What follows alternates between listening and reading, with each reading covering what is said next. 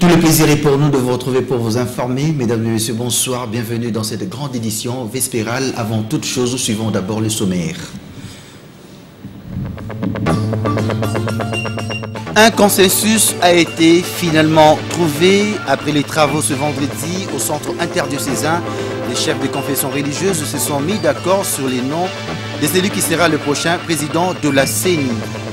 Célébration de la journée mondiale de la femme africaine, le panel de l'Union africaine en RDC a organisé une journée de réflexion sur la condition de la femme africaine en République démocratique du Congo.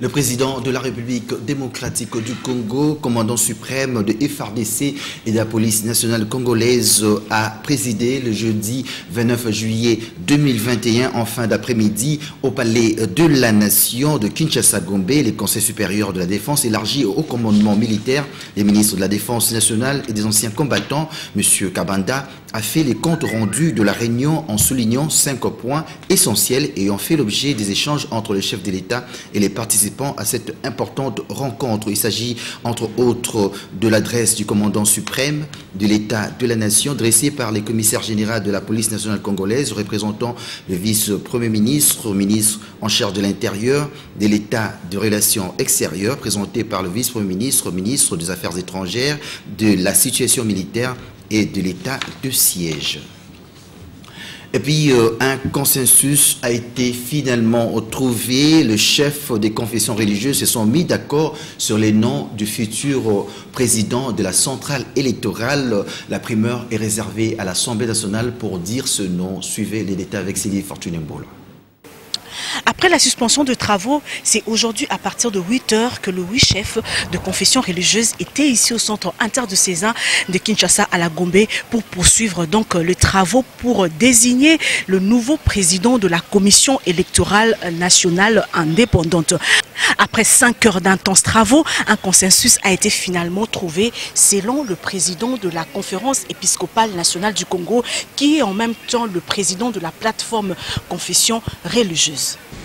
La part qui revient aux confessions religieuses, on attendait de leur part le président de la CENI, la présentation du candidat président de la CENI et aussi la désignation d'un membre comme pouvant faire partie de l'Assemblée plénière de la CENI. Et nous avons réalisé ces travaux et vous voyez que toutes les 8 confessions religieuses sont présentes. Cela démontre à suffisance que nous sommes appelés à travailler ensemble. Nous constituons une autorité morale importante dans notre pays, la République démocratique du Congo, et nous sommes régulièrement appelés à pouvoir étudier ensemble des questions de société, des questions d'intérêt commun, comme c'est le cas du processus électoral. Le travail a été bel et bien réalisé. Nous venons de l'achever. Comme vous savez, ce travail nous a été confié par l'Assemblée nationale conformément à la loi de la République démocratique du Congo. Nous avons réalisé ce travail et il est tout à fait normal que nous puissions réserver la primeur des conclusions de ce travail à l'institution qui nous a chargés d'accomplir cette tâche. On croit Monseigneur Marcel Outembi, président de la Conférence épiscopale nationale du Congo, archevêque de Kisangani et président de la plateforme Confession religieuse. Le travail est fait et le nom du remplaçant de Corneille Nangaa sera connu ce soir au niveau de l'Assemblée nationale, institution qui leur a donné la mission de faire ce travail. Aujourd'hui, les 8 chefs de confession religieuse, la Senko, les CC, l'Armée du Salut, les Kimbanguistes, les musulmans, les églises des réveils, les églises indépendantes, l'église orthodoxe étaient bel et bien au centre interdiocésain autour de Monseigneur Outembi pour poursuivre les travaux. Aujourd'hui, le consensus a été trouvé. Donc, le nom du futur président de la Commission électorale nationale indépendante sera dévoilé dans quelques heures à l'Assemblée nationale. Depuis le centre interdiocésain de Kinshasa, Sylvie Fortuné Mboula et Paty Mbouzi pour Antenne à télévision. Le caucus de députés du Sud Kivu a été reçu ce jeudi 29 juillet 2021 par le ministre d'État en charge des infrastructures et travaux publics. Il était question de faire un état des lieux de route de cette province. Alexis Guissaro a rassuré ses hôtes que leurs préoccupations rencontrent le programme intérimaire de son ministère. Suivez les détails dans ce reportage. C'est un entretien de plus de 2 heures entre le ministre d'État, ministre des ITP et les députés du Sud Kivu. La problématique des routes délabrées depuis des années qui créent un frein au développement était au centre des échanges. La plupart des routes partant de Bukavu à d'autres provinces nécessitent d'être réhabilitées, notamment la RN5, RN3 et la RN2. Nous avons cité avec beaucoup d'insistance, n'est-ce pas, quelques routes qui sont prioritaires pour permettre à ce que la province puisse démarrer comme toutes les autres provinces. Nous avons vu la route qui part de Bukavu à Chabunda, puisque lorsque la route est déjà à Chabunda, ça peut aussi aller jusqu'au Maniema, jusqu'à même au Kassai. Il y a la deuxième route prioritaire, celle qui fait Bukavu, Kalehe et Goma. N'est-ce pas, ça libère aussi la province du Sud Kivu. Il y a également une grande route qui part de Bukavu, ou vira Fizi jusqu'à Kalemi. C'est une grande route et cette route peut aussi faire plus ou moins notre saut vers Minembwe. La zone est un peu plus élevée, là où il y a beaucoup de cas d'insécurité. Et aussi on a parlé de la route qui fait Bukavu, Mwenga, qui passe encore par Minembwe. Donc ce sont les routes qui sont prioritaires. Donc qui sont prioritaires. Effectivement, pour arriver, il y a aussi un autre axe qui fait Bukavu, Miti, Hombo, Bunyakiri, Walikale, jusqu'à Kisangani. Donc vous voyez, presque toutes les routes sont prioritaires, mais cependant il y a des routes qui sont dans des états un peu honteux. Le programme intérimaire du ministère des ITP a identifié les routes prioritaires du Sud Kivu et va s'y pencher, a rassuré Alexis Guissaro. Le ministre d'État était très professeur puisqu'il nous a parlé de tout ce qui a été déjà pris comme initiative au niveau du gouvernement pour essayer de dégager cette province-là. Et nous avons compris et nous sommes très contents puisqu'en fait il nous a convaincus que nous ne sommes pas délaissés, nous ne sommes pas oubliés.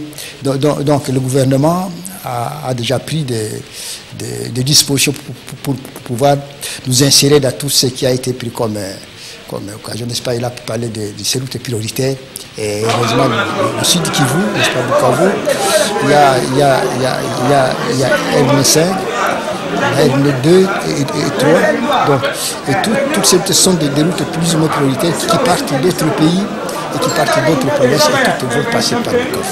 Le ministre d'État des ITP a sollicité l'accompagnement des députés élus du Sud Kivu lors du lancement des travaux de la route Bukavu-Kouvira-Fizi.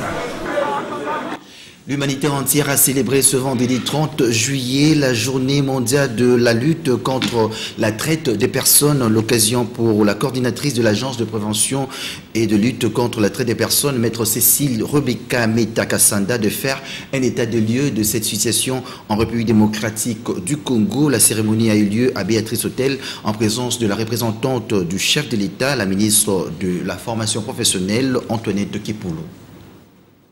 Plusieurs discours ont eu lieu ce 30 juillet à l'occasion de la célébration de la journée mondiale de lutte contre la traite des personnes. La coordinatrice de l'Agence pour la prévention et lutte contre la traite des personnes, maître Cécile Rebecca Meta-Kassanda, a saisi cette opportunité pour faire l'état de lieu de cette situation en République démocratique du Congo. Le pays est doté d'un plan stratégique. Donc la stratégie d'intervention est bien définie et les activités à mener sont planifiées pendant 5 ans. Le pays a un projet de loi qui va être voté d'ici la fin de l'année. Ça, je peux vous garantir puisque le chef d'État y tient. Le pays a quitté la zone rouge et se trouve à la zone orange. C'est la zone intermédiaire. Et cette zone intermédiaire nous ouvre la porte des coopérations et des investisseurs viennent. Je pense que vous de la presse, vous voyez bien comment les gens se bousculent maintenant aux portes de la RDC. C'est grâce au leadership du chef de l'État. Des avancées significatives de l'APLTP saluées par Marion Ekpuk, chef de mission adjoint de l'ambassade des États-Unis d'Amérique en RDC. Bon, la lutte contre la traite des personnes est très importante. Il a un grand impact sur la vie de tout le monde. On a commencé et comme j'ai dit, c'est bon de célébrer ce qu'on a fait, même s'il reste encore beaucoup à faire. Donc, on a commencé et c'est nécessaire pour le gouvernement, pour le pays de la République démocratique du Congo qu'on avance. La représentante du chef de l'État, Antoinette Kipoulou, ministre de la formation professionnelle, a quant à elle évoqué l'engagement du président de la République en vue d'endiguer totalement ce fléau. APLTP prévoit une série d'activités allant dans le sens de la sensibilisation de la population sur la traite de personnes. D'une célébration à l'autre, cette fois celle de la Journée internationale de la femme africaine fêtée chaque 31 juillet à Kinshasa. Le panel chargé d'accompagner la République démocratique du Congo à la présidence de l'Union africaine a organisé une conférence de presse ce vendredi 30 juillet 2021 à l'hôtel Soutani. La suite avec Africa Mujinga. Devant un parterre d'invités et différents organes de presse, le panel chargé d'accompagner la République démocratique du Congo à la présidence de l'Union africaine a commémoré la Journée internationale de la femme africaine qui est célébrée le 31 juillet de chaque année. Sous la modération de Mme Jenny Valiant, les membres du panel ont exposé autour du thème « Au-delà de la Covid-19, quelle stratégie pour la femme africaine, pilier du patrimoine culturel et actrice de la paix ?» ce vendredi 30 juillet 2021 à Sultan Hotel à Gombe. Ceci dans le but de valoriser les droits de la femme. Cette journée est dédiée aux héroïnes africaines pour leur rôle crucial dans la libération du continent, de l'esclavage, de la colonisation, de l'apartheid, pour leur contribution à la conquête de la liberté, du développement, de la paix et de la promotion et de l'équité du genre. La réalisation avec l'appui de notre partenaire OCISA, de l'intégration de la JIFA sur le portail des femmes à la Semaine de l'Afrique qu'organise l'UNESCO, qui va mettre en exergue les réalisations des femmes dans les domaines de la science, culture. Comme vous savez, le thème de cette année pour l'Union africaine pendant notre mandature, la mandature de la RDC, c'est art, culture et patrimoine pour construire l'Afrique que nous voulons. La représentante de la ministre du Genre, Famille et Enfants, Jocelyne Bouy, conseillère en genre, a salué les avancées significatives. Une occasion pour la conseillère du chef de l'État en matière de coopération régionale d'expliciter sur les avancées de la République démocratique du Congo en cette matière. Quelles sont les perspectives à l'horizon 2030? La Journée internationale de la femme africaine existe depuis 1964. Elle est l'initiative d'Awa Keïta, créée pour promouvoir les droits de la femme africaine.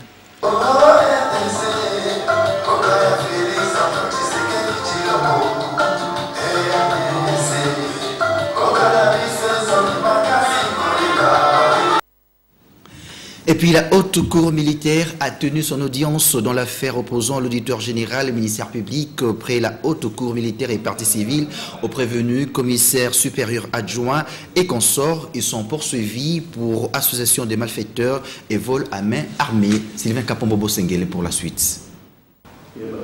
Les procès dans l'affaire de plus de 10 prévenus, présumés auteurs et co-auteurs des infractions d'association des malfaiteurs et vol à main armée, s'est poursuivi devant la chambre de la haute cour militaire, présidée par le colonel magistrat Mukendi Chidja Freddy. À l'audience dernière, la cour a entendu les prévenus commissaires divisionnaires adjoints Vangu Paka Dialelo. Ces derniers est poursuivi par l'auditeur général ministère public près la haute cour militaire pour s'être impliqué dans une affaire frauduleuse de vente d'un colis de lingots d'or à Kinshasa. Devant la haute cour militaire, cet officier supérieur de la police nationale congolaise, de l'unité de la police criminelle, a relaté son emploi du temps le jour des faits. Il a soutenu revenir d'une mission de la présidence où il a été envoyé à Kimbwala pour arrêter un chef coutumier cité dans une affaire de vente des terrains. C'est à la hauteur de l'avenue Kabinda, vers 15 h, qu'ils avaient été informés à travers la clameur publique d'un groupe de criminels qui opérait dans une parcelle. N'étant pas en mesure d'intervenir car ne possédant pas d'une arme de guerre, a-t-il dit, il avait informé à son chef qui lui avait demandé d'appeler directement le général.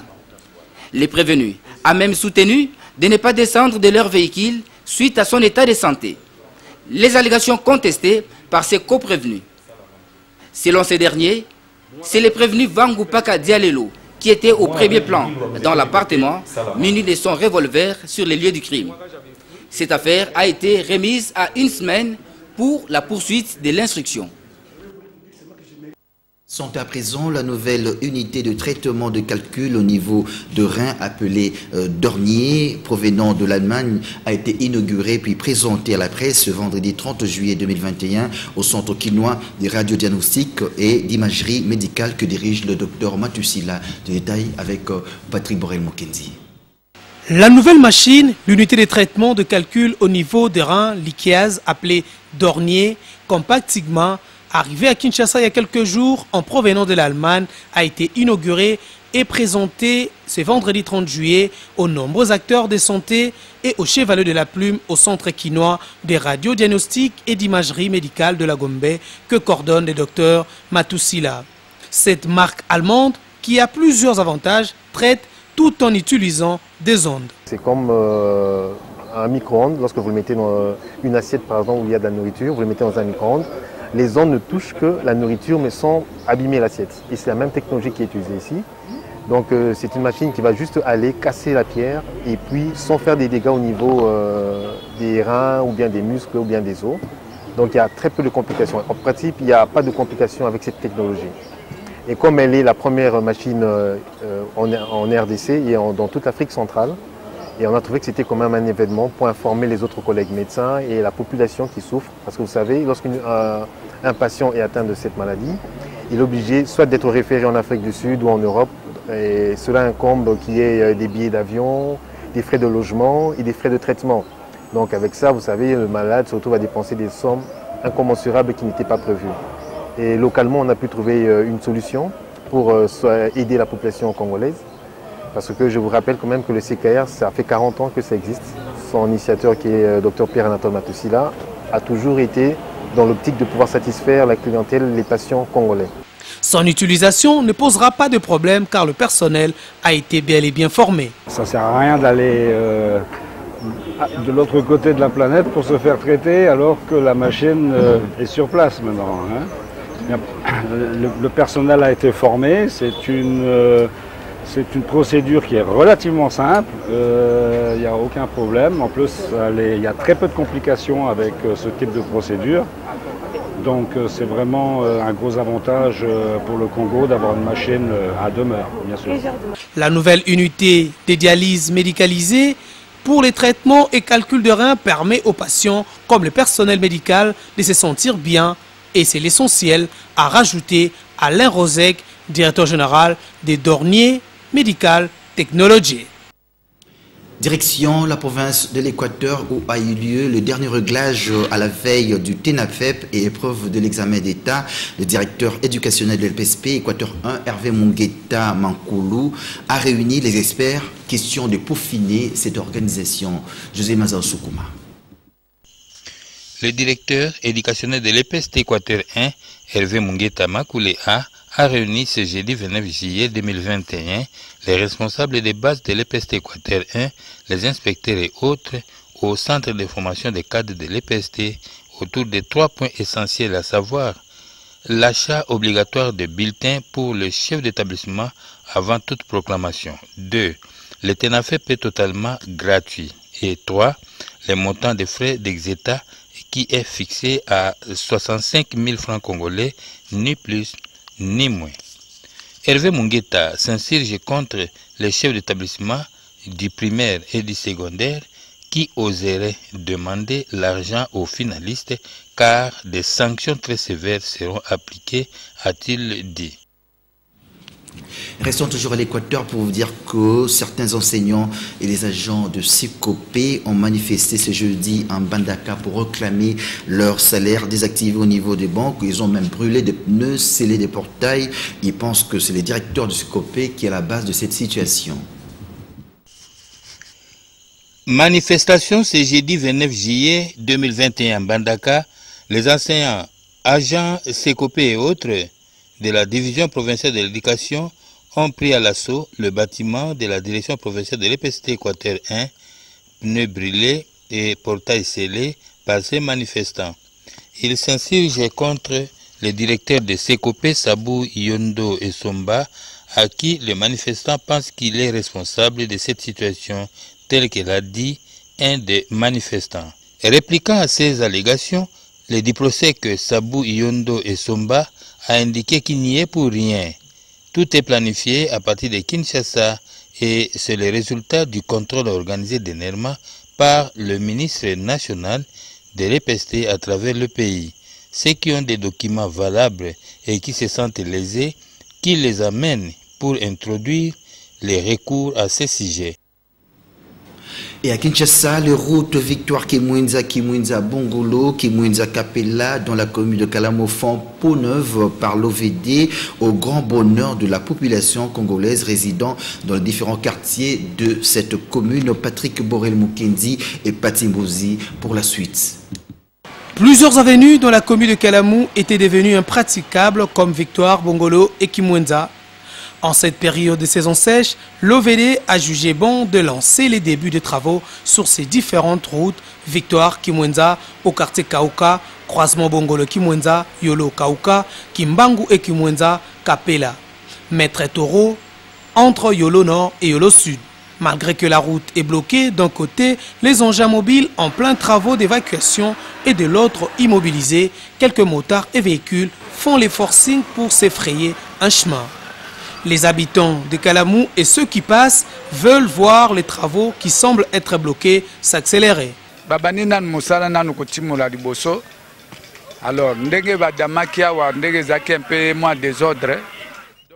Nous souffrons beaucoup avec cette route. Sa réhabilitation nous réjouit.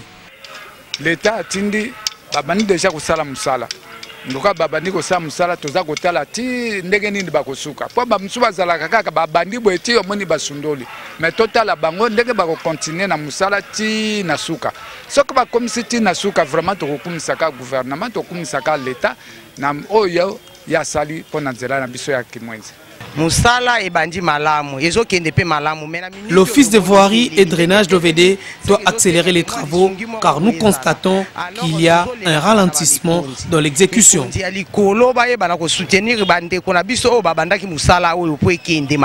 Ces routes sont d'une importance d'intérêt capital pour la population de ces coins, donc terminer avant la saison de pluie sera une bonne idée.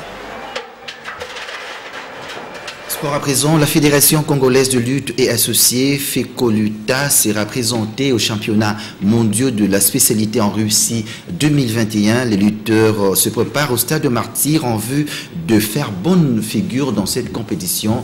Ndaïla Mbouchi. En marge des championnats mondiaux de lutte, prévu du 12 au 22 août prochain en Russie, les léopards U20 se préparent intensément au stade des Martyrs de la Pentecôte, question de faire une belle figure. Les différentes séances d'entraînement sont supervisées par les staffs techniques. Au cours de ces 3 premières séances d'entraînement, vraiment j'ai pu constater que ça s'améliore. Nous allons travailler surtout sur la vitesse, l'automatisme et aussi la polyvalence.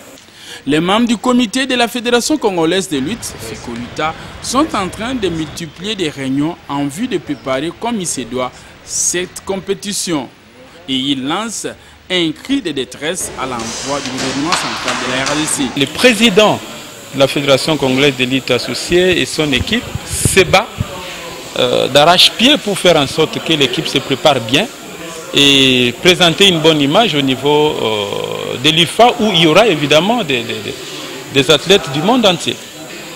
Mais nous ne pouvons pas nous limiter qu'aux maigres moyens de la fédération. C'est-à-dire que l'État doit nous venir en aide. Nous sommes un organe technique de l'État. Donc l'État doit nous venir en aide parce que les activités sont intenses. Vous ne voyez que les championnats du monde junior, mais il y a également d'autres compétitions qui sont en vue. Donc la Fédération congolaise de lutte associée ne se prépare pas seulement pour les compétitions des juniors. Il y a les Jeux africains, mon ami. Il y a les championnats d'Afrique. C'est-à-dire que nous travaillons en perspective de ces compétitions-là. Les championnats mondiaux de lutte des Russes vont permettre aux athlètes congolais d'avoir la chance d'augmenter les rankings pour les Olympiades à venir. Nous allons faire le tour des actualités africaines avec nos confrères de la Voix de l'Amérique.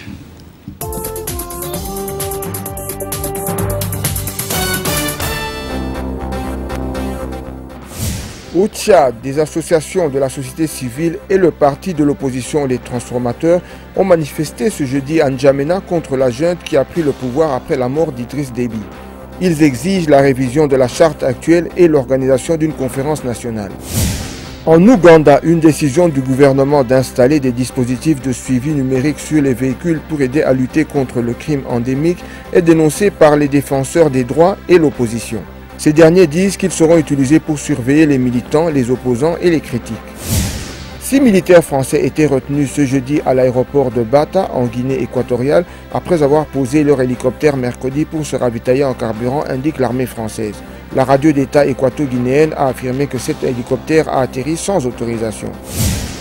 En Tunisie, le président Kais Saied a lancé une offensive anticorruption réclamant des comptes à 460 hommes d'affaires accusés de détournement de fonds sous l'ère Ben Ali. Lors d'une rencontre avec le patronat, M. Saïd a fustigé ce qu'il qualifie de mauvais choix économiques faits ces dernières années. Voilà qui met un terme à cette édition, mais avant de nous quitter, d'abord ce rappel de titre. Un consensus a été finalement trouvé après les travaux ce vendredi au centre interdiocésain. Les chefs des confessions religieuses se sont mis d'accord sur les noms des élus qui sera le prochain président de la CENI. Célébration de la journée mondiale de la femme africaine, le panel de l'Union africaine en RDC a organisé une journée de réflexion sur la condition de la femme africaine en République démocratique du Congo.